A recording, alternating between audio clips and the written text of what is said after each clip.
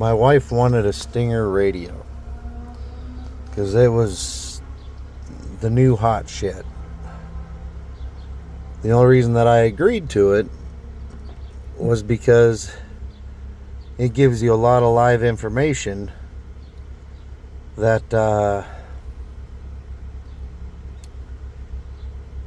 you would need to plug in like an OBD2 and go to live view, and this does it all for the most part. There are limitations to it, but this gives you a lot of information.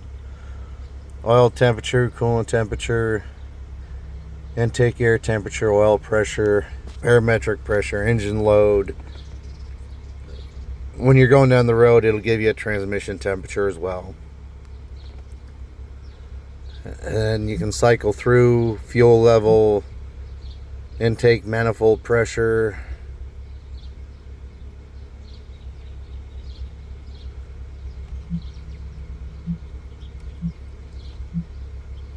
absolute load, runtime, oil pressure, oil temperature, and that pretty much sums it up.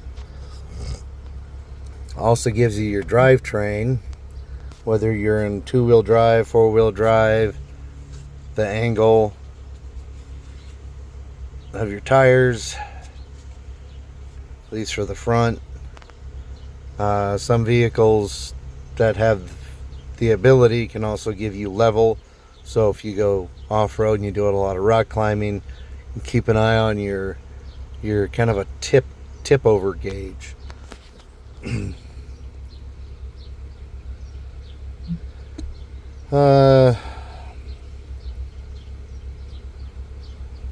Gives you live RPM, live miles per hour,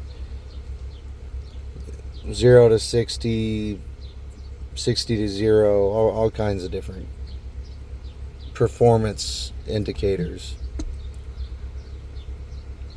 I do have 2 tire pressure sensors that are out, so that's not a huge surprise. Also, I have the front tires off right now, so it's not going to give you an accurate reading right now in the first place. But it's got Android Auto, it's got navigation, it's got all the bells and whistles. Nice little setup. It's worked out pretty good for diagnostics. I was able to determine a previous issue. The oil temperature was reading like I don't remember what it was reading, but basically I could tell that it wasn't right because the oil temperature never changed, which led me to knowing that I needed to replace the sensor, which led to me finding out that the oil cooler was broken, and that's why I upgraded to the aluminum housing. Was one necessity. I needed a new one, and I figured if I'm going to put one in, I hate plastic. If there's an aluminum version of something, I'm going to try to put it in most cases.